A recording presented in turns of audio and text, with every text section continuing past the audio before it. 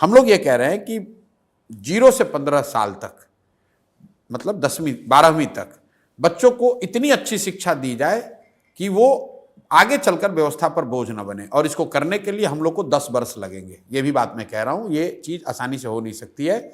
इसको करने में करीब 5 लाख करोड़ रुपया खर्च होगा। हर साल इसको हम लोग 50,000 करोड़ रुपए खर्च करके करेंगे, और जिसके तहत बिहार के हर प्रखंड में नेतरहाट जैसा एक विश्व स्तरीय विद्यालय हम लोग हर साल बनाएंगे, ताकि अगले 5 वर्षों में कम से कम हर प्रखंड में 5 नेतरहाट जैसे विद्यालय जरूर बन जाएं। अब आपका ये सवाल होगा, तब तक जब तक आप ये सुधार करोगे तब तक अभी जो बच्चे पढ़ रहे हैं उनका क्या होगा? उसके लिए हम लोग कह रहे हैं कि अगर आपके पास आपके इलाके में सरकारी स्कूल अच्छा नहीं है तो आप अपने बच्चे को प्राइवेट स्कूल में भेजिए। उसका फीस एक रेगुलेटेड फीस सरकार भरेगी। तो जन स्वराज की शिक्षा को लेकर ये जो सोच है कि 15 साल से कम उम्र के बच्चों को इतनी अच्छी शिक्षा दी जाए ताकि वो व्यवस्था पर आगे चलकर बोझ ना बने। और अच्छी शिक्षा देने के लिए rather than making school in every village, we are saying कि हर प्रखंड में 5 से 10 अच्छे विद्यालय बनाए जाएं और लोगों को बस की सुविधा दी जाए, स्कूल बस की, ताकि बच्चे अच्छे स्कूल तक पहुंच सकें।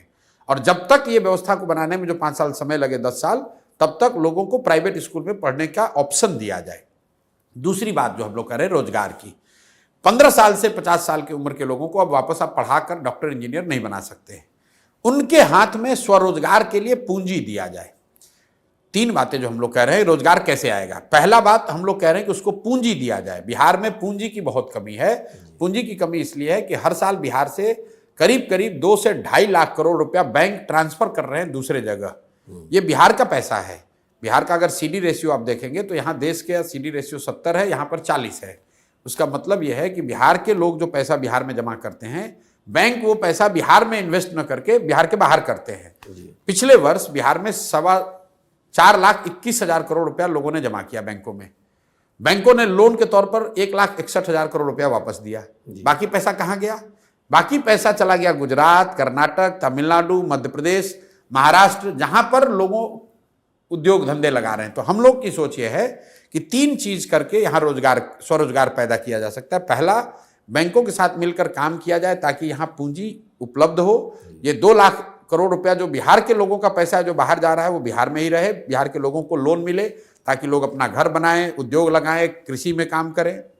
दूसरी बात हम लोग कह रहे हैं मनरेगा को कृषि से जोड़ने की, कि जो मनरेगा का पैसा है, मनरेगा का मजदूर है, जो भी किसान बिहार में फूड ग्रेन से मूव होके कैश क्रॉप की ओर जाएगा, उसको मनरेगा का किसान नहीं, मनरेगा के तहत उसको मजदूर फ्री दिया जाए। उससे क्या होगा कि लैंड की प्रोडक्टिविटी बढ़ेगी और बहुत बड़ी संख्या में जो एग्रीकल्चर से जुड़े हुए मजदूर हैं जो पंजाब हरियाणा जा रहे हैं, उनको यहीं पर मजदूर मिलने लगेंगे। क्योंकि जमीनी सच्चाई ये है कि जहां लाखों लोग, बिहार के लोग बाहर जाकर खेती में खेतों में मजदूरी कर रहे हैं, बिहार के खेतों में काम करने के लिए मजदूर नहीं है। तीसरी बात हम लोग कह रहे हैं कि बिहार में हर साल कम से कम 1 लाख परिवारों को 4% के ब्याज पर लोन दिया जाए, ताकि ये लोग इंटरेस्ट सबवेंशन स्कीम लाने की बात कर रहे हैं, ताकि 6,000 करोड़ रुपया या 7,000 करोड़ रुपया अगर सरकार पैसा दे दे ब्याज उनके बिहाफ में, और 4,000 करोड़ रुपया अगर जनता दे, तो 1 लाख करोड़ रुपया लोगों के हाथ में मिलेगा स्वरोजगार। तो हम लोग का मंत्र जो है वो शिक्षा और स्वरोजगार, पैसा और पूंजी, ये 2 चीज से बिहार का सुधार हो सकता है। जब लोगों को शिक्षा होगी और उनमें काम करने के लिए उनके पास पूंजी होगा तो अपने आप बिहार में तरक्की होगी, अपने आप रोजगार आएगा, पलायन रुकेगा। सिर्फ सरकारी नौकरी का वादा करके या 2, 4, 10 फैक्ट्री लगाकर बिहार की जनता को और बिहार से गरीबी दूर नहीं की जा सकती है।